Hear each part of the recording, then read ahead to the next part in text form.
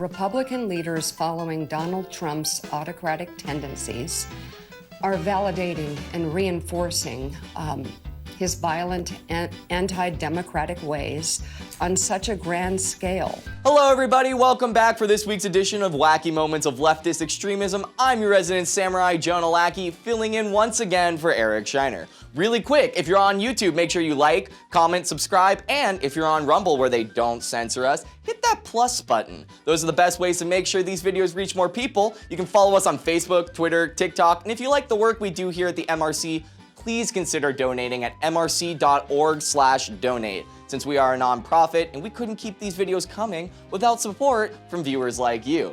And with that all out of the way, let's get into it. Well, it's the first week of Pride Month, and if you thought bears in bondage or trans twinks were the only things to gag over, boy, would you be wrong. To kick things off, in a totally unbiased trial presided over by a totally unbiased judge, Donald Trump was found guilty on 34 charges by a totally unbiased jury. CBS Sunday Mornings had on presidential historian Douglas Brinkley to opine about what the verdict truly means for our country. They didn't let the fact that their green screen artist was out sick that day stop them either. When the guilty verdicts were read this past week, America, in a tangible way, rechristened itself as a republic. Did you hear that, everyone? We're saved! The republic is victorious! Quick, someone call George Lucas. Of course, can't all be sunshine and rainbows, despite what that little sun in the corner would have you believe. This is Lord from over. Former President Trump's conviction proves that in the eyes of the law, even an ex-president is just another mister. It's also worth noting that this kind of jury trial never could have happened in the authoritarian countries that Mr. Trump so admires. Xi of China, Russia's Putin, Hungary's Orban, Erdogan of Turkey. None would ever be tried by a jury of their peers. Yep, gotta remind everyone about how scary Dolphus Donald is. I mean, hey, I gotta at least give him credit for thinking of 4 dictators not named Hitler, even if 2 of those dictators are communists, and all of them are famous for going after political opponents, often through the legal system, but whatever.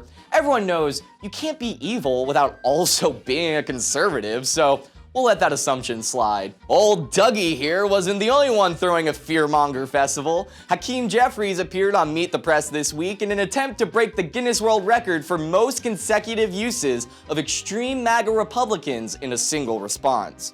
Well, this election will present a clear contrast between President Biden and Democrats in the House and the Senate, who will always continue to put people over politics. Extreme MAGA Republicans are going to continue to lie for Donald Trump. President Biden and Democrats are going to continue to solve problems for hard-working American taxpayers. Extreme MAGA Republicans will continue to lie for Donald Trump. Sir, President Biden and Democrats are going to work on delivering real results, as has been the case for the last 3.5 months. And we're going to see that extreme MAGA Republicans will continue to lie for Donald Trump and present no real vision for dealing with the issues of importance to the American people. That's a contrast, and I'd rather be on President Biden's side of that contrast than on the extreme MAGA Republican side. Damn, snuck that one right in at the end there. I'm impressed. It's also funny to hear him decry the Republicans' supposed lack of a plan when their entire plan is, well, exactly what you just saw. Fearmonger about Trump and Republicans and pray to Gaia that he doesn't win. They're treating him like Bizarro Candyman. If they say his name enough times, he'll disappear. While we're on the topic of things that should disappear, Jimmy Kimmel. Yes, everyone's favorite misogynist had on crash test dummy Kamala Harris this week, where he did his best impression of Obama at that one baseball game by lobbing her a bunch of errant softballs. Sans blackface this time. So I want to start with reproductive rights. Yes. You're for them, yes? Indeed. Yes.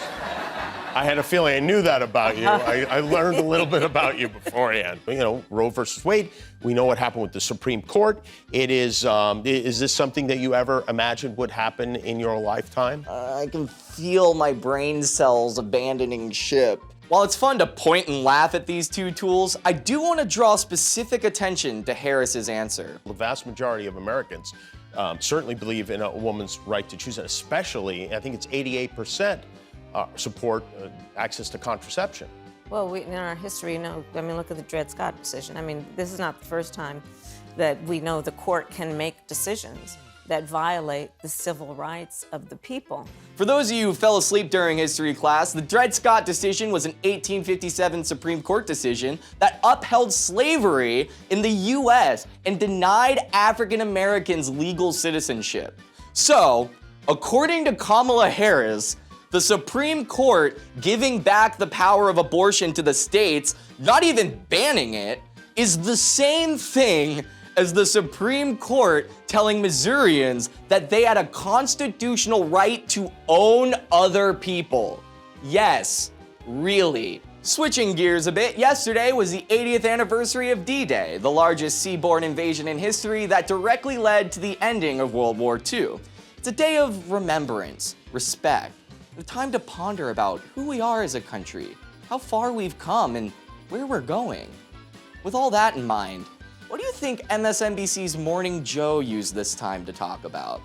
You only get one guess, and it's correct. Republican leaders following Donald Trump's autocratic tendencies are validating and reinforcing his violent and anti-democratic ways on such a grand scale. So I hope they watch today and open their hearts to the concept of democracy rather than their own anti-democratic road to power. Can we please just have one day, just one day, without some fascist fear-mongering?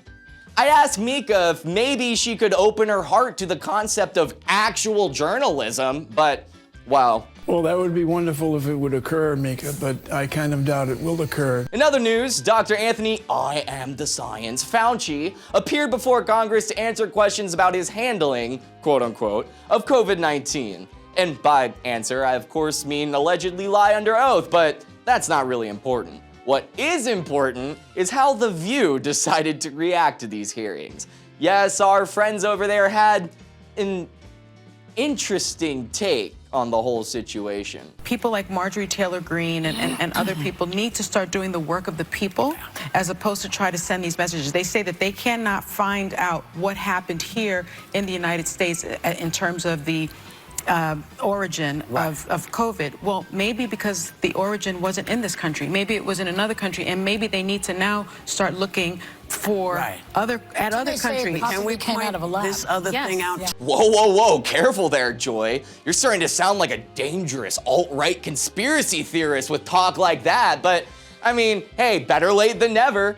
Does make you wonder, however, are you guys going to apologize to the countless people you defamed, the countless people you wanted booted out of the public square, the countless people you called Nazis and dangerous conspiracy theorists for saying exactly the same thing? No? Well, that would be wonderful if it would occur, Mika, but I kind of doubt it will occur. Well, that's all I have for you this week. Thank you guys so much for watching. Make sure you hit like on YouTube, hit plus on Rumble, follow us on our other social media, and comment below what you think. I love reading the comments, even the mean ones. Enjoy the weekend and don't cave to the leftist media agenda. We'll see you guys next week.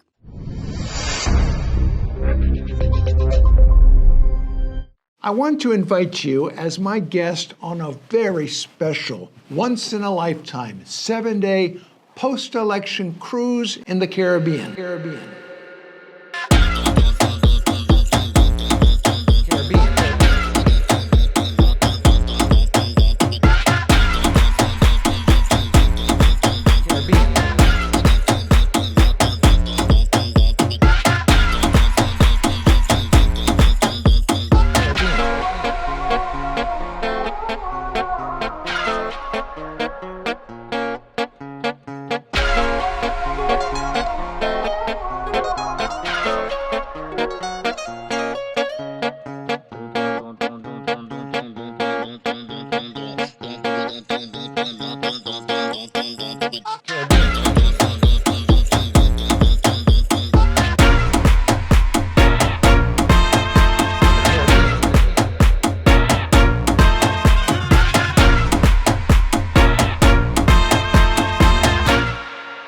It's going to be a blast.